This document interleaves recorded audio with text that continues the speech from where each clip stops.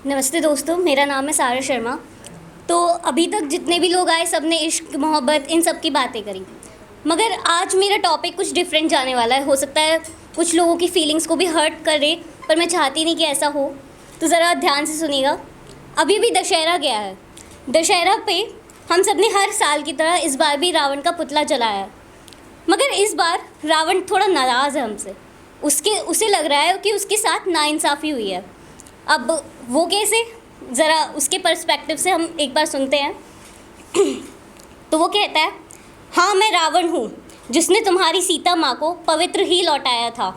हाँ मैं वही रावण हूँ जिसने तुम्हारी सीता माँ को उनकी अनुमति के बिना छुआ तक नहीं था।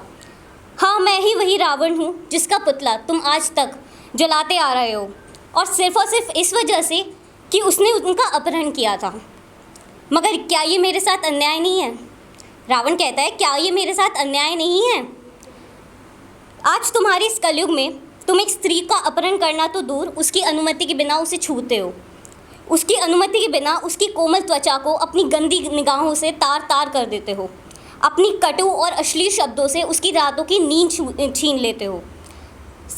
तो फिर तुम्हारा नाम अभी तक संरक्षित कैसे?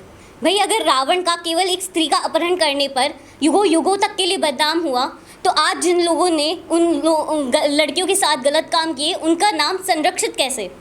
अरे आखिर मुझे तो मर्यादा पुरुषोत्तम राम ने मारा था। रावण कहता है, अरे आखिर मुझे तो मर्यादा पुरुषोत्तम राम ने मारा था, कि जिसने अपनी सीता के अलावा कभी किसी पराई स्त्री के बारे में सोचा तक नहीं। मगर तो फिर क्या मेरा पुतला भी कोई ऐसा ही मर्यादा में बंधे पुरुष को जलाने का हक दिया जाए जिसने कभी अपनी धर्म पत्नी के अलावा किसी पराई स्त्री के बारे में ना सोचा हो? और फिर मेरे भाई तथा मेरे पुत्र का पुतला ही क्यों जले? हर उस पुरुष का पुतला जले जिसने पराई स्त्री के जिस्म के बारे में सोचा है। सुना है तुम्हारी एक डॉक्टर का बड़ी बेरहमी से कत्ल किया गया। वो रात को अपनी ड्यूटी पर ही तो थी। उसके दोषियों को क्या किया तुमने?